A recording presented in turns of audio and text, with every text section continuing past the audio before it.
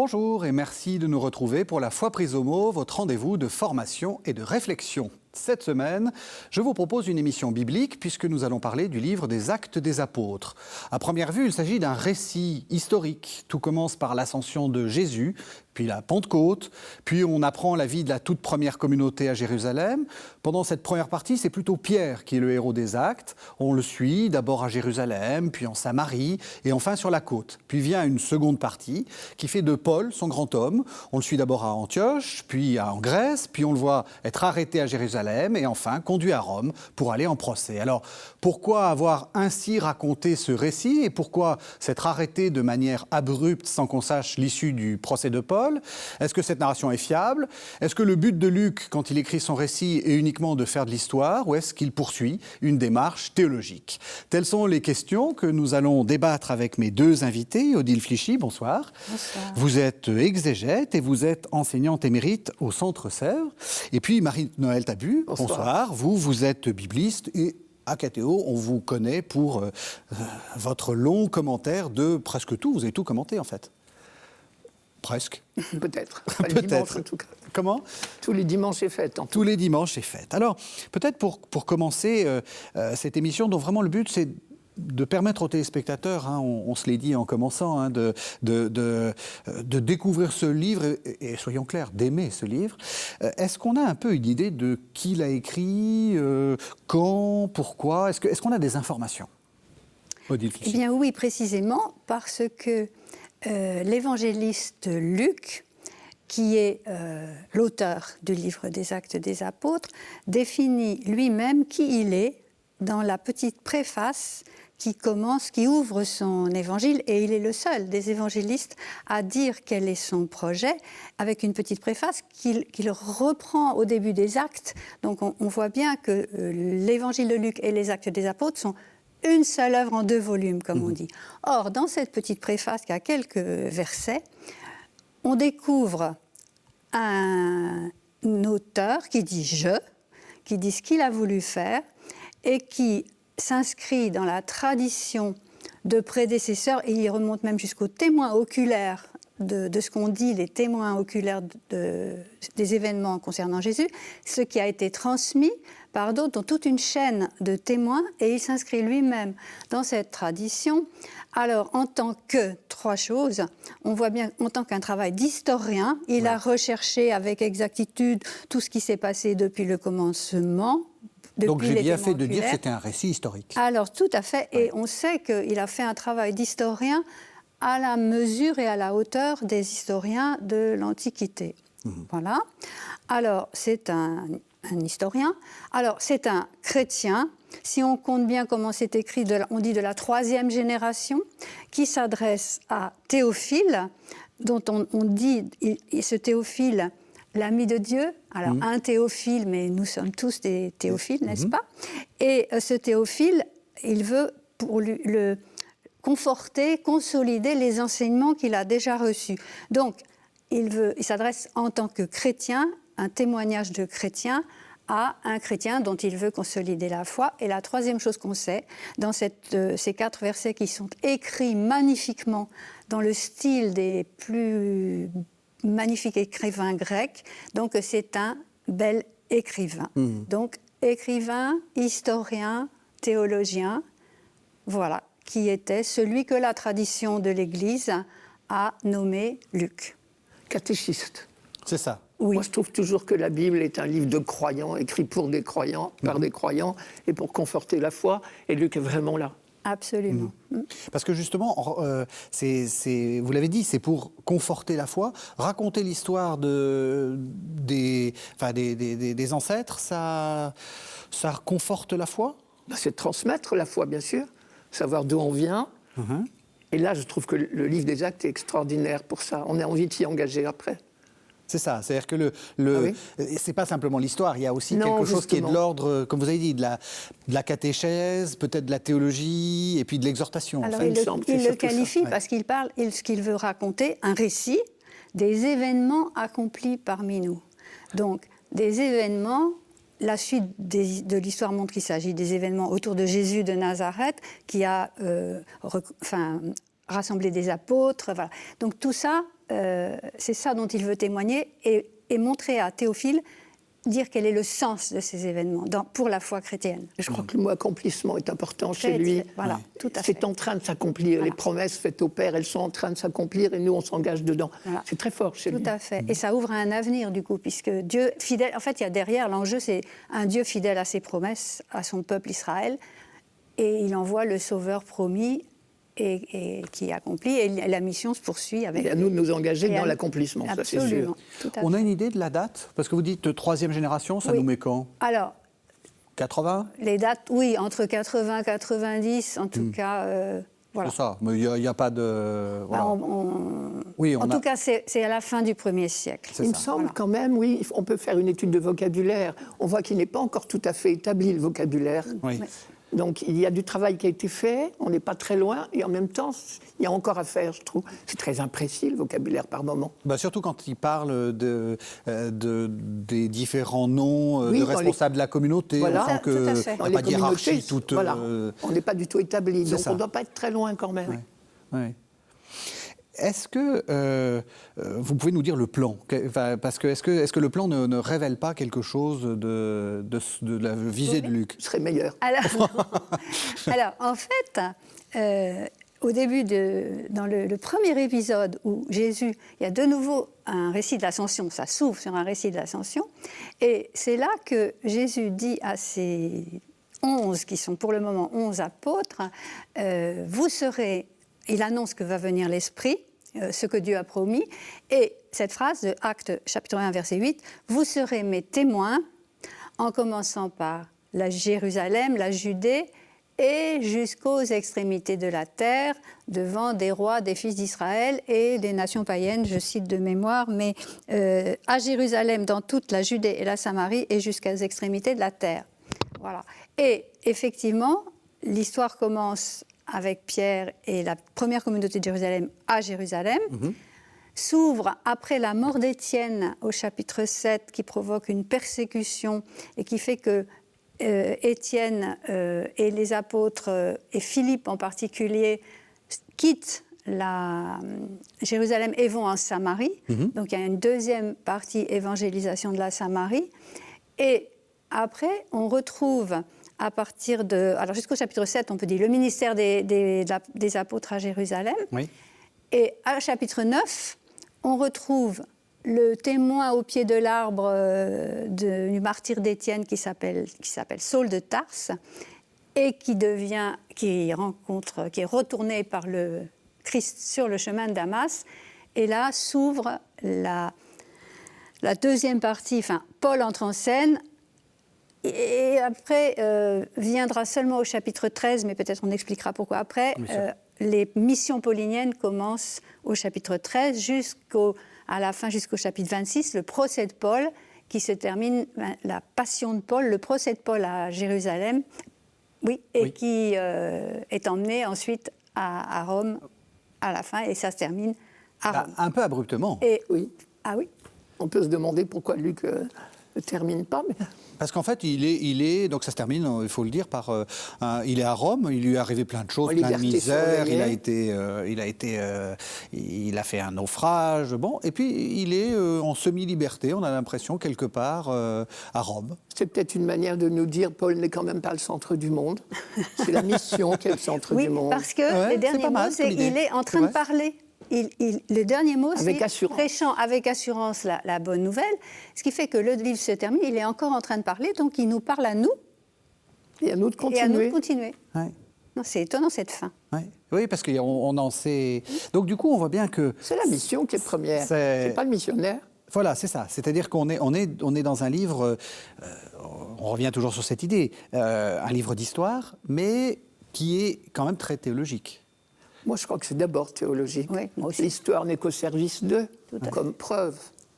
Et alors, la théologie, c'est pour démontrer quoi? On a déjà une première clé, hein, c'est cette clé Le mot accomplissement, moi, m'intéresse beaucoup. Oui. Les promesses sont accomplies, à nous d'entrer dedans pour qu'elles s'accomplissent encore. Oui. Et toujours, ça pour moi, c'est très important.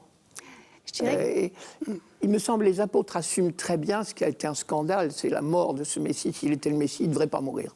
Et pas comme ça. Donc, ils assument ça et ils essayent de nous faire entrer dans cet émerveillement, oui, Dieu a envoyé son Messie, il l'est vraiment, on peut y aller. Enfin, moi, j'entends ça comme... Moi, je dirais aussi qu'il y a un aspect de la théologie qui est que Luc, on appelle ça l'ecclésiologie, c'est-à-dire que quelque part, en racontant la mission des apôtres, alors exactement d'un point de vue littéraire, en parallèle avec l'histoire de Jésus, ce qui est une façon de légitimer, de témoigner que la mission... Les apôtres n'étaient pas des hurluberlus qui sont partis dans le monde en racontant n'importe quoi. Ils ont exactement vécu, ils se sont inscrits dans les pas de Jésus, dans la mission qu'il leur a confiée, dans l'Esprit Saint. Et du coup, il y a une définition d'Église qui articule justement la mission aux Juifs, la mission aux païens, et qui définit l'Église universelle, le message, l'universalité de la bonne nouvelle. Donc, Est-ce que Luc n'a pas en tête la phrase de Jésus qui est reportée dans Matthieu ? « Je suis avec vous tous les jours jusqu'à la fin du monde. » Il est vraiment avec eux. C'est ça qui leur donne la force de s'engager, j'imagine. Alors, il est avec eux comment ? Il y a un mot qu'il va falloir qu'on emploie, c'est le mot « esprit ». Évidemment. Pardon, je vous ai coupé, Marie-Noël. Non, mais ils ressentent cette présence. Et ça leur donne des ailes. On parlera de Pierre, forcément. Pierre, il a accompli des miracles auxquels il n'aurait jamais pensé d'avance. Enfin, Aîné ou Tabitha. Et ça doit lui donner des ailes. Et il dit, oui, c'est vrai. L'esprit est vraiment là, je peux y aller. Mais l'esprit, c'est un personnage des Actes des Apôtres. Ah oui. Il passe son temps à dire à Paul, non, tu vas pas aller là, tu vas aller là. Il est très intervenant. À un point qu'à un moment, il y a des études qui disaient les Actes des Apôtres, c'est les actes de l'esprit. Non, c'est pas les actes de l'esprit, c'est plutôt le principal, le protagoniste, c'est plutôt la parole de Dieu qui gagne le monde entier. Mais l'esprit, c'est un personnage, c'est qu'il guide la mission. Et du coup, dans l'histoire, c'est raconté comme l'esprit qui intervient directement en disant tu feras pas ci, tu feras pas ça. Le principal personnage, je vous suis évidemment, mais ce sont eux les hommes poussés par l'esprit. Ils ont des ailes, ces gens-là. Au service de la parole. Oui, au service de la parole. Bien sûr. Voilà, oui. tout à fait. Oui. Il y a quelques mois, j'ai reçu Daniel Marguerat qui a travaillé longuement sur les Actes des Apôtres et qui disait, ça m'a un peu surpris avec beaucoup d'aplomb, mais c'est très historique, il n'y a pas de problème. C'est pas... Alors que c'est vrai qu'on a on revient sur des années où les exégètes ont dit non, tout ça est un peu inventé.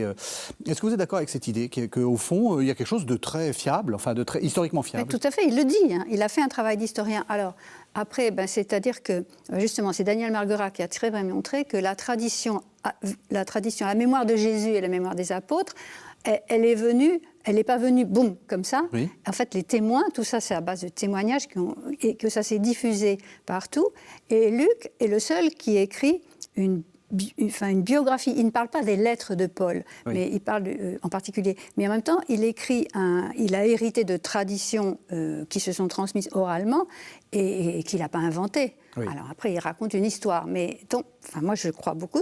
Il définit son travail comme un travail d'historien.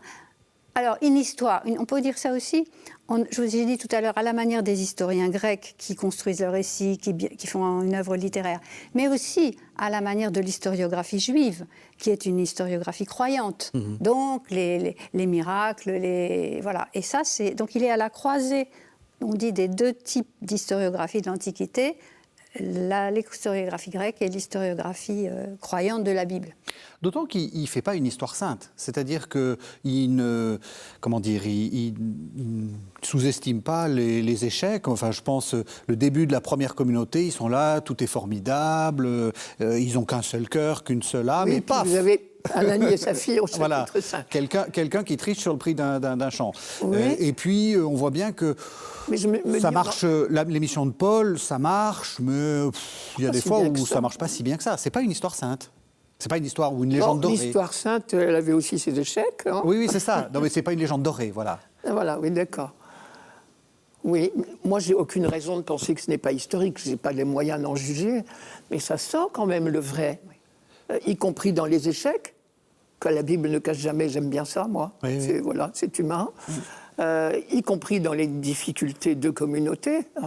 Et en même temps, il y a ces sommaires dont vous parlez, là, ces petites... Je me dis, c'est comme nos photos de famille, vous savez. Sur nos murs, il y a des photos de famille, des jours de fête. Elles sont magnifiques. Ça ne nous empêche pas, par derrière, d'avoir quelques petites disputes.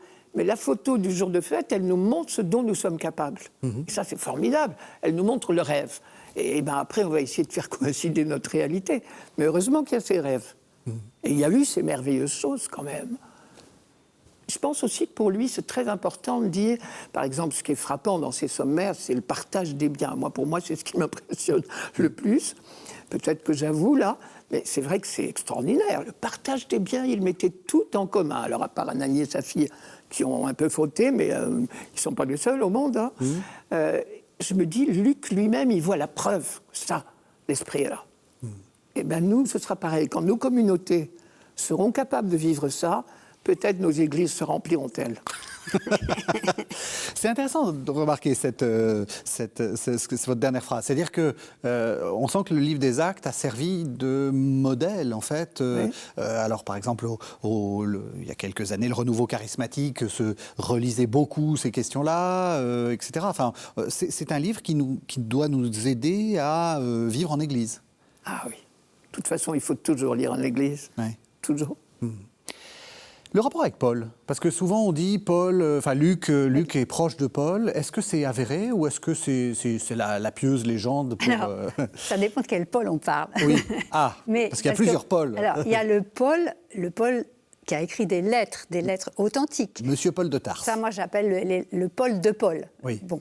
Et il y a le Paul de Luc, qui est le même Paul, Oui. mais en fait, Luc raconte. Alors, il ne parle pas des lettres de Paul, parce que ce qui l'intéresse, c'est la mission.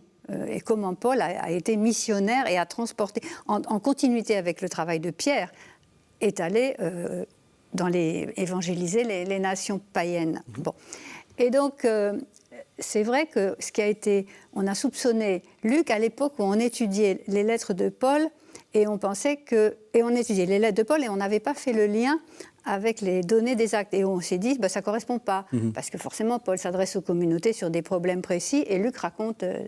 Et alors, à partir du moment où on a commencé à prendre en compte l'organisation littéraire des actes, et à voir comment Luc raconte Paul, et on s'aperçoit qu'il est complètement inspiré par la théologie, imprégné, je vais dire, de la théologie paulinienne.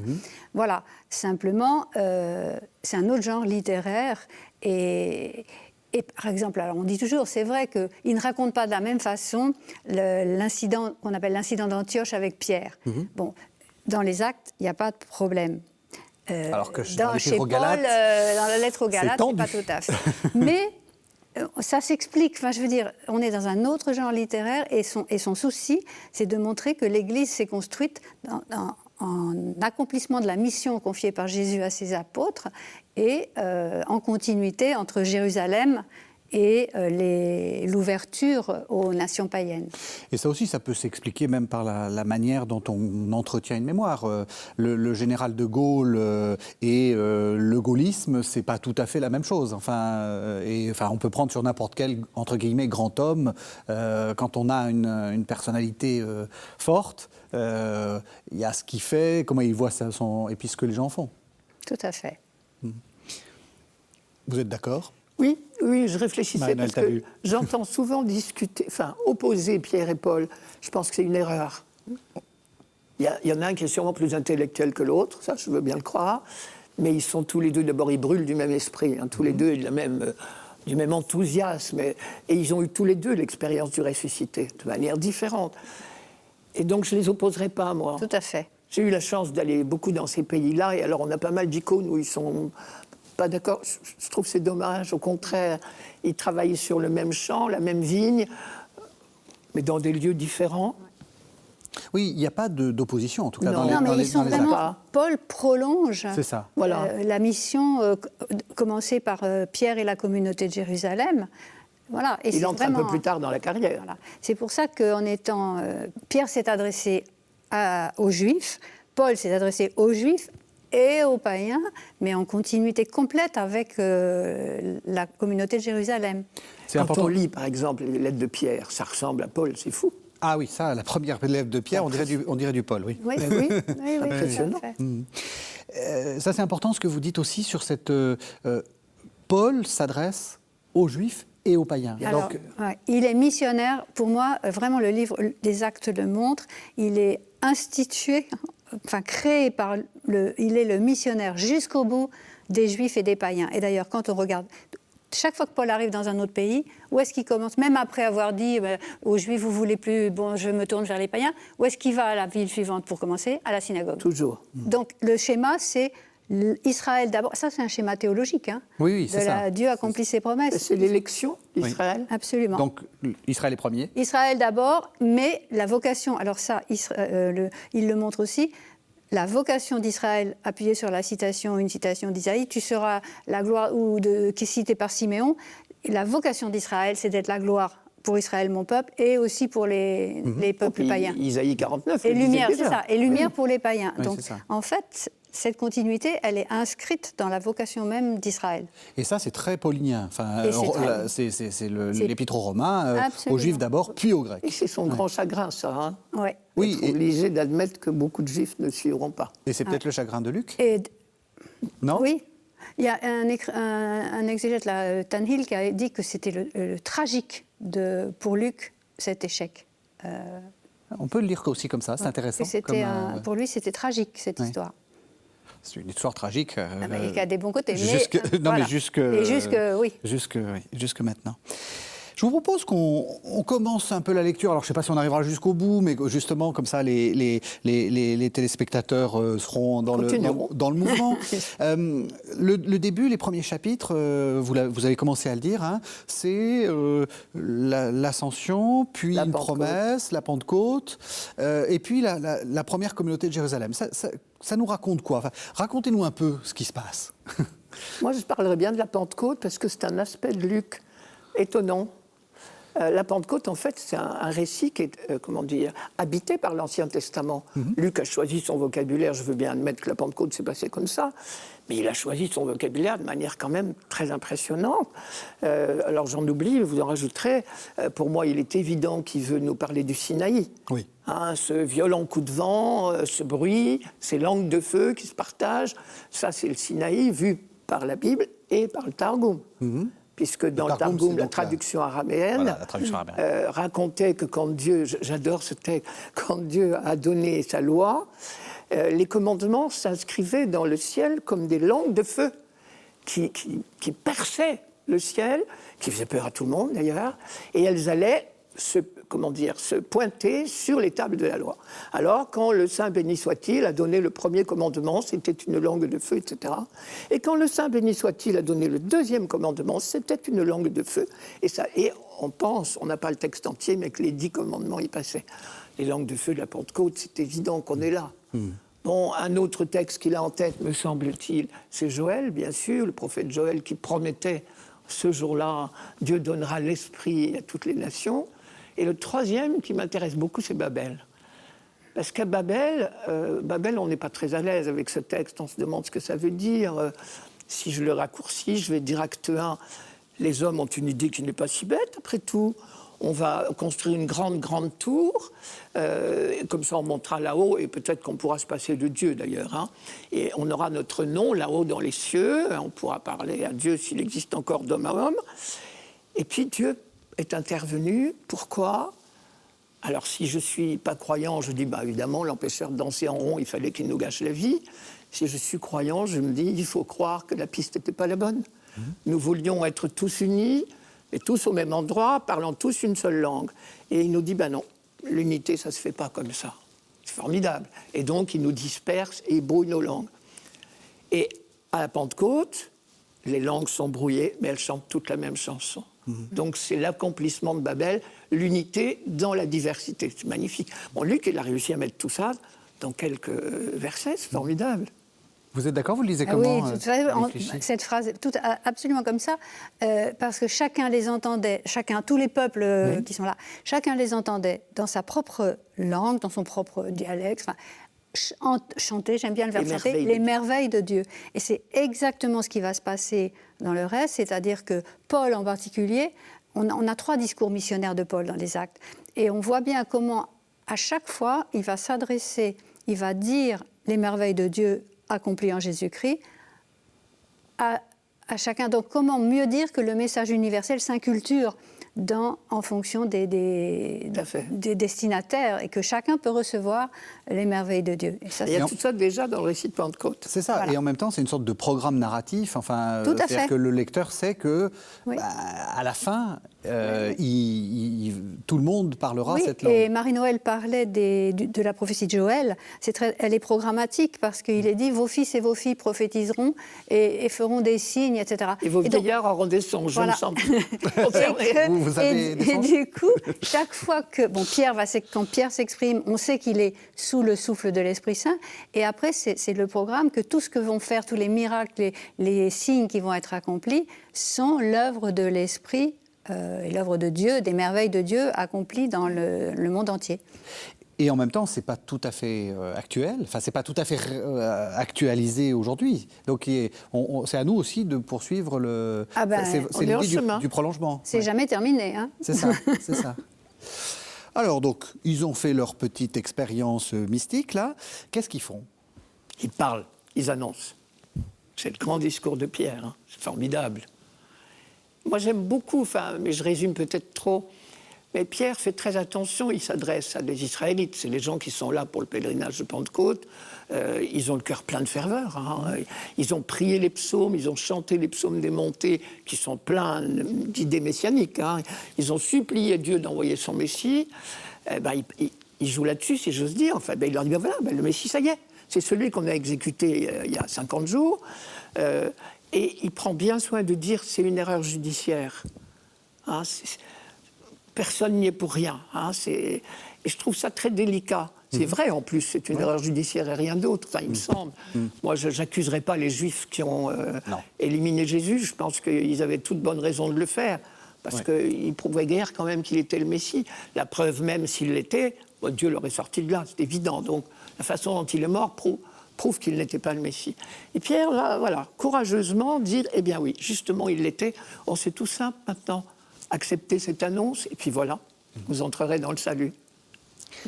Là aussi, Odile Fléchy, ce sont des discours reconstruits, évidemment, mais est-ce que ça nous dit quelque chose de la première prédication? Est-ce que c'est utile pour se dire, voilà, c'est comme ça qu'il prêchait? Alors, ils sont reconstruits, Oui, ce sont des bien sûr, discours bien sûr. littéraires. Mais en même temps, c'est pour Luc la manière littéraire de transmettre quelque chose qu'il n'a pas inventé et qui est quand même la première proclamation du kérigme, ce qu'on appelle le kérigme. Hein. Oui, Dieu l'a fait Seigneur et Christ, ce Jésus que vous avez crucifié. Il le met ça dans la bouche de Pierre, mais il l'entoure alors d'un discours qui fait comprendre comment les Juifs, comme vous venez de dire, n'ont pas... Enfin, ils étaient dans l'ignorance et il faut qu'ils comprennent ce qui s'est passé, puisqu'ils commentent le miracle. Et oui, alors, c'est reconstruit et en même temps, ça dit la foi, c'est la transmission de la foi chrétienne, du cœur de la foi chrétienne. C'est clair, on voit bien que Paul, vous savez, quand il dit « Je n'ai voulu savoir chez vous que Jésus est Jésus crucifié », donc il dit exactement la même chose sous d'autres mots. Donc ça nous dit, la première prédication, c'est ça. Jésus est le Messie et il est crucifié. Oui, Seigneur, que vous avez crucifié, mais le contexte montre qu'il ne les accuse pas. Oui. Parce que c'est Dieu qui l'a ressuscité. Donc en fait, ce qu'il veut montrer, c'est l'œuvre de Dieu, indépendamment des aléas de la situation. Mais je pense qu'ils ont tous en tête cette affreuse phrase du Deutéronome 21, là, qui dit que quand un homme a été exécuté au nom de la loi, comme les exécutions étaient publiques, on dit pendu au bois. Oui, maudit soit celui qui soit pendu au bois. Eh bien, cet homme-là est maudit de Dieu. Il faut assumer ça quand même. Oui. C'est exactement ce qui s'est passé pour Jésus. Il a été condamné au nom de la loi, ce qu'il y a le plus légalement du monde, exécuté, pendu au bois. Et je trouve qu'ils ont le courage, et Paul dans ses lettres, et Pierre là, d'assumer. Oui, ok. Alors que normalement, il est maudit, on doit descendre son corps de l'arbre, il est maudit de Dieu. C'est effrayant. Et j'admire qu'ils assument ça. Ça prouve quand même que l'esprit est là. C'est tellement contraire à tout ce qu'ils ont pensé jusque-là. On attendait un Messie glorieux, évidemment. Il ne l'est vraiment pas, celui-là. Ce qui est frappant aussi, c'est qu'ils vont dans le temple, enfin, ils restent bons juifs. Ça, c'est quelque chose qui peut surprendre. Alors, ça, c'est très important de rappeler que les premiers chrétiens étaient juifs et qu'il n'y avait aucun problème. Alors, on peut le dire aussi comme ça, le judaïsme n'était pas monolithique, peut-être comme il l'a été plus après. C'était un ensemble de... Alors, de sectes au bon sens du terme, de petits groupes. Mouvements, j'aime bien dire. Les mouvements, Oui, très bien. Oui, parce que c'est secte, très ça bien. donne l'idée qu'ils Oui, sont- mais il faut préciser. De Mais mouvements. de mouvements, très Oui. bien.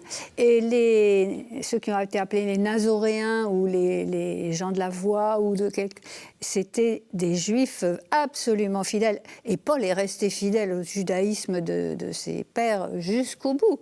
Simplement, ils ont reconnu en Jésus le Messie promis par Dieu à Israël. Et ça, c'est chez Luc, parce que c'est dans l'annonce de l'ange Gabriel à Marie. Je te donnerai un fils qui régnera, et c'est dans les livres, c'est avec les livres de Samuel derrière. Oui. Je serai un père, il régnera pour toujours, je serai un père pour lui et il sera un fils. Et donc, il s'agit de montrer que, voilà, ce Jésus est celui que... Et donc, on est en plein dans le C'est ça. judaïsme La qui séparation s'accomplit. entre les deux. C'est pas le moment de le quitter. Oui. Je ne vais pas quitter ma religion qui me promettait le Messie, alors que maintenant il Voilà. est là. C'est Non, pas le c'est moment très de juste, cesser oui. d'être juif, au contraire. Oui. On est des juifs accomplis, quel chant. Paul n'a jamais cessé de l'être. Moi, j'aime bien l'expression, ce livre raconte, c'est la continuité complète dans la radicale nouveauté de Dieu. Parce que c'est continuité et Oui, on nouveauté. n'a pas fini d'être étonné. Et absolument, c'est l'inattendu de Dieu en permanence. Et voilà. Et d'ailleurs, il y a un épisode que vous aimez bien, Marie-Noël, c'est Gamaliel. Parce que Ah, là, oui. voilà, on J'aime présente, Monsieur Gamaliel. on présente une image très positive, finalement. Alors, c'est un pharisien d'un très grand maître qui a été le juif. professeur de Paul, en plus. Oui, oui. Et je trouve que ça donne une des clés pour le personnage de Paul. Et Gamaliel, bon, nous sommes au Sanhédrin, Pierre et Jean sont amenés devant le Sanhédrin parce qu'ils sont insupportables, il faut reconnaître. Pour parce que c'est le même Sanhédrin, le tribunal qui a condamné Jésus si peu de temps avant, ce sont les mêmes. C'est exaspérant, on a éliminé Jésus et on a cru bien faire, et je suis prête à les défendre. Et voilà qu'eux reprennent la suite, prêchent, et en plus font des miracles, et en plus font des conversions. Non mais ça ne va pas, ça. Donc il faut s'en débarrasser à leur tour. Et c'est là que, bon, alors le Sanhédrin est en colère, hein, en feu, et Gamaliel se lève, le pharisien, et dit « Les copains, j'irai pas si vite. » On a déjà eu des histoires comme ça, c'est pas la première. On a eu Judas le Galiléen au moment de la naissance de Jésus. On a eu Theudas. Bon, c'était des faux messies. Je sais que Christian Grappe a fait la liste des messies. Donc un exégète. Oui, un contemporain. exégète passionnant. La liste des faux messies au temps de Jésus, hein, elle est longue, la liste. De ceux qui croient l'être ou de ceux qu'on croit être. Et bon, alors, Gamaliel en cite 2, et il dit, mais regardez, ça s'est terminé très très mal pour eux, on n'en parle plus. Laissez donc faire. Si leur affaire vient des hommes, elle tombera d'elle-même. C'est le cas de ce qui vient de se passer. Si leur affaire vient de Dieu, vous ne pourrez rien contre elle, et n'allez pas risquer de vous trouver en guerre contre Dieu. Je trouve ça magnifique. Nous, on pourrait être des Gamaliel parfois. Quand on voit naître un mouvement nouveau, on est là à dire, ouh là, c'est pas comme il faut. Peut-être il faudrait se dire, si ça vient de Dieu, vous ne pourrez rien, laissez faire, respecter. Je trouve que c'est un bon... grand principe dans l'Église. ça, Oui, oui. c'est un bon principe. Oui, oui. Oui, ça ne décourage pas les nouveautés. Voilà. Et par contre, ça incite aussi à la prudence. Il faut vérifier que. Voilà, on verra les fruits. On verra les fruits. On juge l'arbre à ses fruits. Quelqu'un de très bien dit ça. Oui.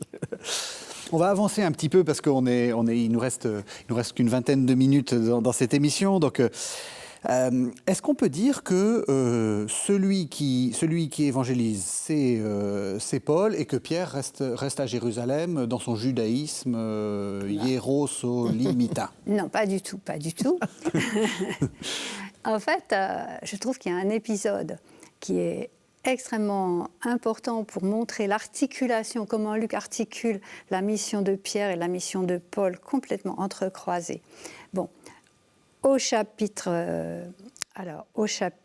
9, après la mission des apôtres à Jérusalem, c'est donc le fameux épisode dit de la conversion de Paul, qui n'est pas une conversion, puisqu'il ne change pas de religion, Absolument. mais on peut dire du retournement de Paul par le Christ qui vient à sa rencontre.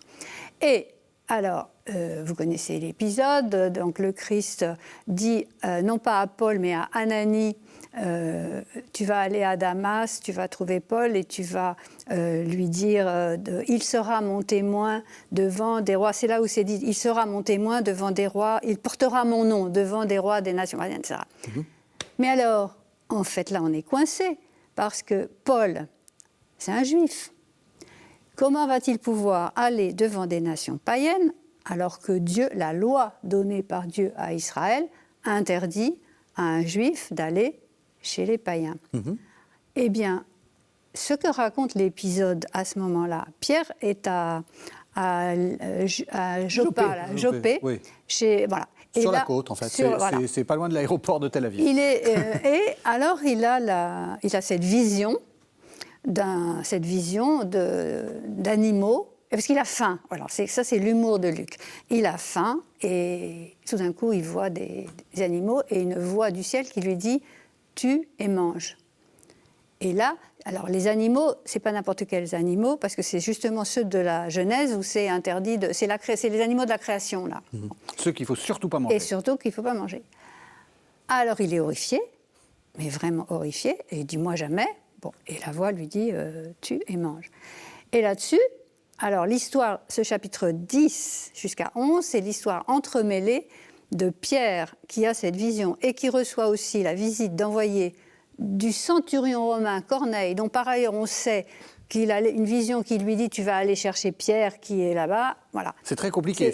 On a le récit de Paul, puis un bout de Pierre, puis Corneille, et ça revient. Sous l'influence de l'Esprit Saint, justement, ou d'envoyés célestes, Pierre va accepter de suivre les envoyés chez Corneille. Qui est un païen. Qui est un païen. Alors, un officier romain, un occupant, et un païen. Alors, on dit quand même qu'il était... C'est pas n'importe quel païen parce qu'il est pieux, il respecte Israël, etc.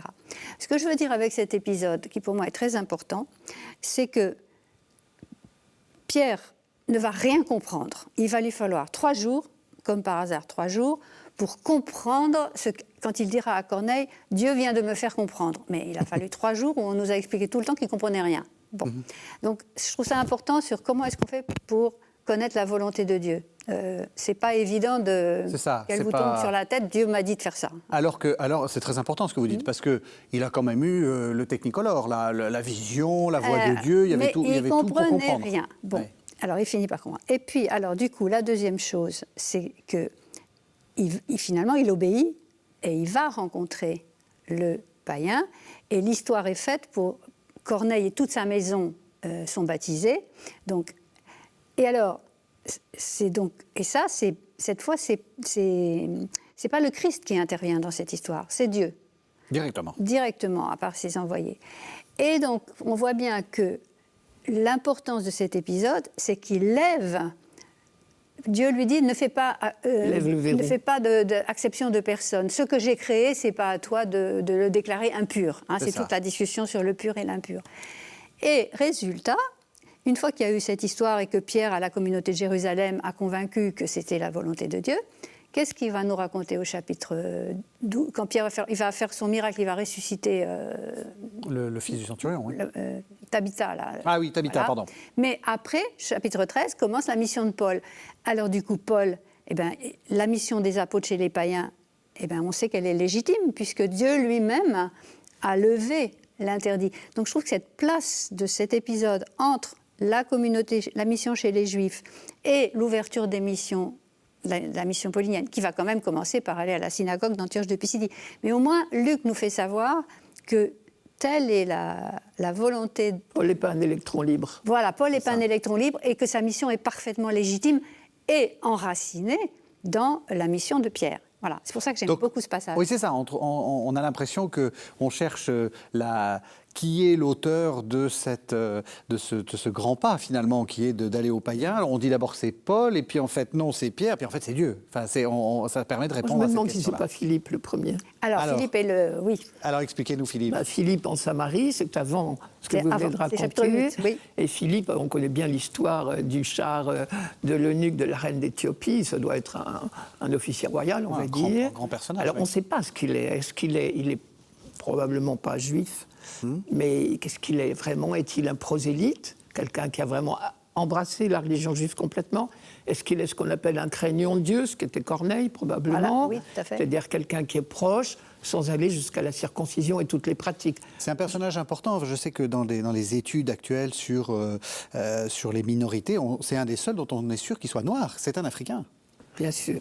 Ah ben attendez, depuis Salomon, vous me ramenez à la reine de Saba, dont le fils conçu avec Salomon est l'ancêtre lointain de la dynastie éthiopienne. Oui, c'est ça. Non mais donc c'est un personnage très important en fait. Hein. Oui.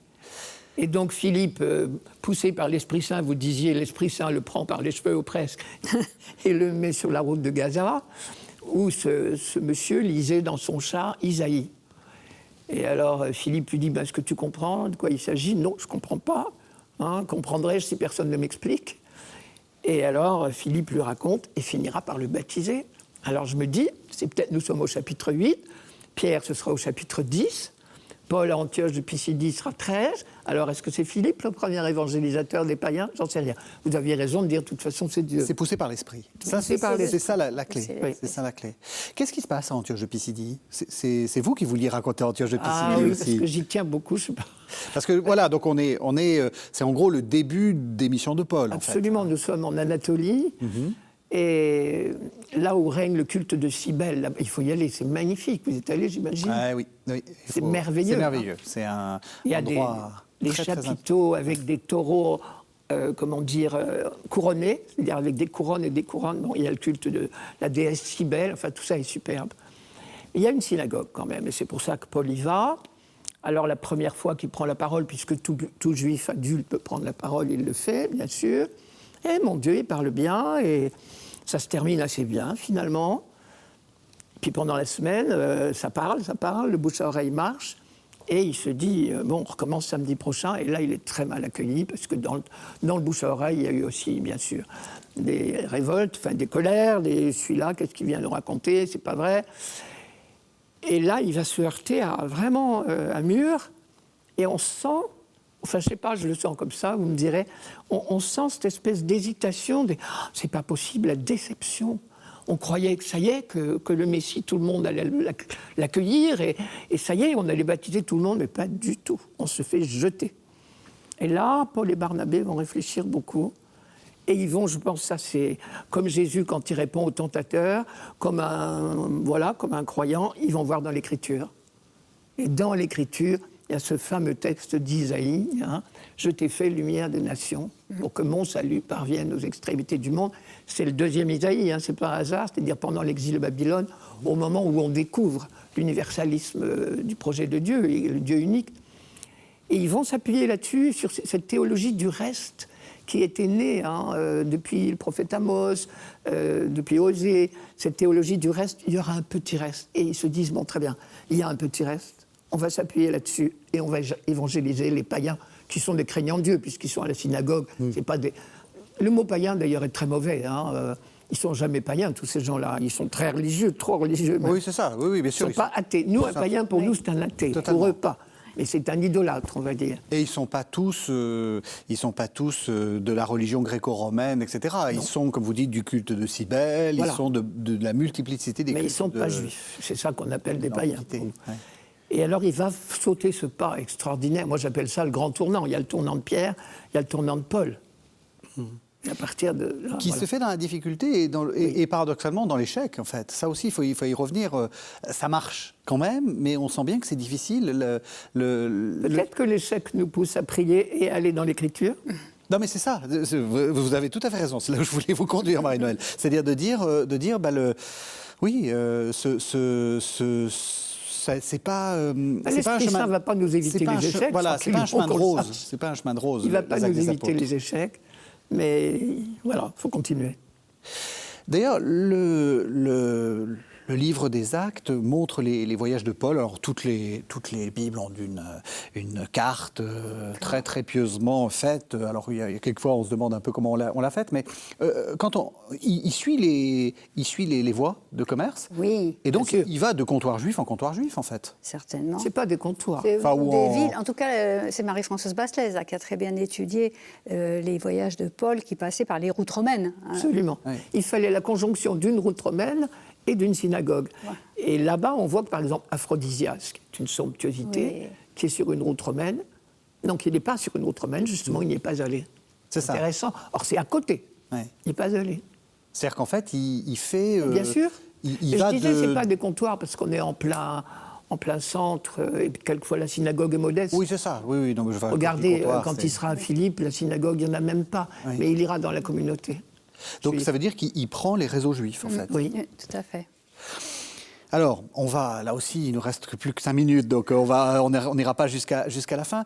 Ça se termine un peu bizarrement, hein, ce livre des Actes. Par un très beau récit. Mais peut-être on ne peut pas laisser passer, avant d'arriver à la fin, qu'il y a quand même la clé de voûte du livre des Actes, c'est le premier concile de l'Église, l'Assemblée de Jérusalem, qui montre que c'est la question de la loi qui est au centre, et comment la décision dans l'esprit, hein, Jacques qui a pris la direction, qui dit cette phrase extraordinaire, l'Esprit Saint et nous avons décidé que les païens ne sont pas obligés d'être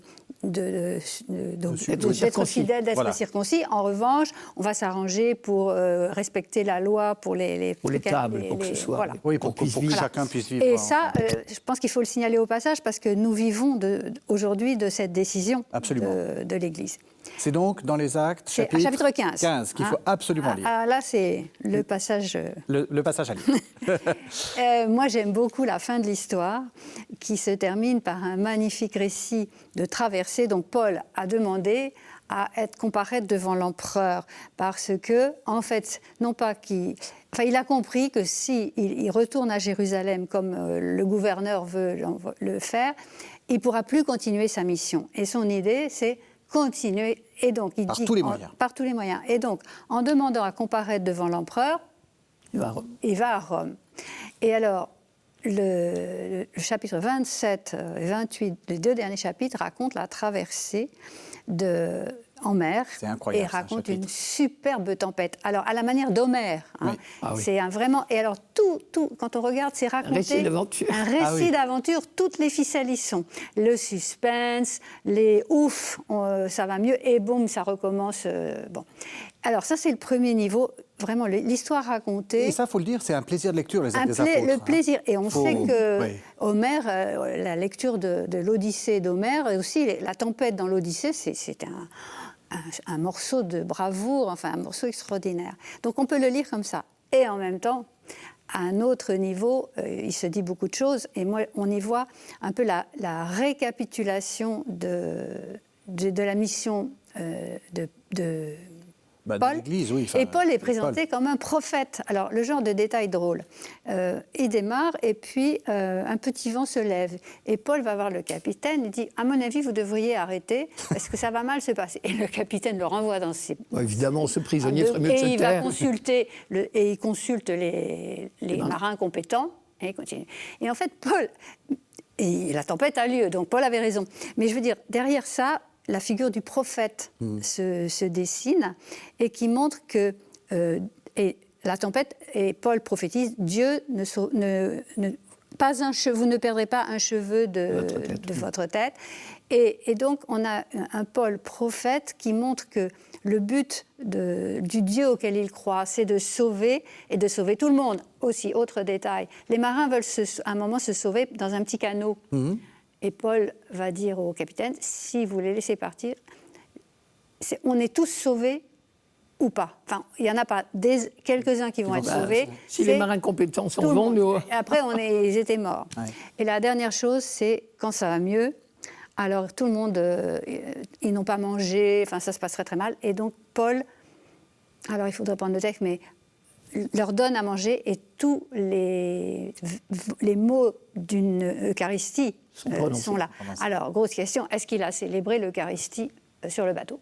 Pour moi, la réponse est non. Oui. Mais en même temps, parce qu'au niveau de l'histoire racontée, il a juste donné à manger. Mais Luc raconte de telle manière que nous comprenions que ce repas, sur un trajet où Dieu va sauver les gens qui sont là, c'est l'Eucharistie. Voilà. Et c'est une manière de raconter qui fait que nous... Et c'est donc le repas qui sauve aussi. Et à la fin, ils sont sauvés. Donc c'est toujours important de voir comment, dans l'histoire racontée, il y a le niveau de l'histoire, et puis il y a ce qu'on veut que le lecteur comprenne, parce que nous connaissons la scène de l'institution, de l'Eucharistie, etc. Donc c'est un très très beau récit. Et tout le monde est sain et sauf. Alors on arrive à la fin de notre émission, pas à la fin du livre des Actes, même si on a déjà un peu raconté que ça se termine abruptement. J'ai envie de vous poser une question simple, mais en fait assez compliquée. Pourquoi est-ce qu'il faut lire les Actes des Apôtres ? Ah oui, ça, c'est la colle. Ah, vous ne l'aviez pas préparé. Non, mais c'est tant mieux. Pour moi, c'est vraiment... Je vous la poserai aussi, c'est le Olivier début Chia, de donc l'Église. J'espère que préparez-vous. vous en aurez une aussi, mais je chante pour elle. Non, c'est la même. En plus, elle a le temps de se préparer. Pour moi, c'est le début de l'Église. J'y vois ce que nous sommes capables de faire quand nous nous laissons guider par l'Esprit. C'est impressionnant. Ça, je reviens au sommaire. Oui, oui. Ils étaient unis, un seul cœur, une seule âme. Déjà, enfin, quand on voit, dès l'ascension quand même, quand vous voyez que Jésus a choisi des apôtres qui avaient tout pour ne pas s'entendre, franc, comment vous mettez ensemble Pierre, Jacques, Jean, Matthieu C'est pas possible. Bon, un zélote en plus, enfin, c'est pas possible. Et je ne parle pas de Matthieu, le publicain, mais Simon le zélote, etc. Eh bien, le miracle commence là. Ils prient ensemble, humblement, selon son conseil, en attendant l'Esprit Saint. Waouh! Et ça va être comme ça tout le temps. La première communauté partage tout, prie, chante la louange de Dieu, mais c'est pas possible, c'est déjà le royaume sur terre. Et ça, moi, j'ai besoin de le lire pour ça. Parce que le royaume sur... Quand je vais à Lourdes, je pense que c'est l'antichambre du royaume. Eh bien, les Actes des Apôtres, c'est l'antichambre du royaume. On lit pour lire l'antichambre du royaume. Oui. Et vous, pourquoi vous le lisez? Alors, moi, je pense que c'est vraiment bon, c'est le seul livre qui nous dit l'origine de l'Église, de notre Église, et que pour moi, c'est vraiment le livre qui définit la mission de l'apôtre, du disciple du Christ, de celui qui suit le Christ, comme vraiment s'enraciner à la suite du Christ. C'est revivre le ministère de Jésus, puisque la mission des apôtres n'est rien d'autre que la mission Jésus a confiée à ses apôtres de prolonger la sienne. C'est ça. Et donc pour moi, c'est un témoignage sur comment la suite du Christ construit l'Église et débouche sur des communautés, comme vous disiez, qui pourraient être plus Belle. accueillante, peut-être.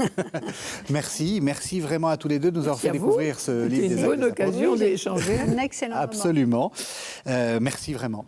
Vous pouvez retrouver cette émission sur le site internet de KTO, www.ktotv.com, et aussi vous pouvez lire le livre des Actes des Apôtres. Je crois que c'est le conseil que nous vous avons donné. Merci de nous avoir suivis et à la semaine prochaine.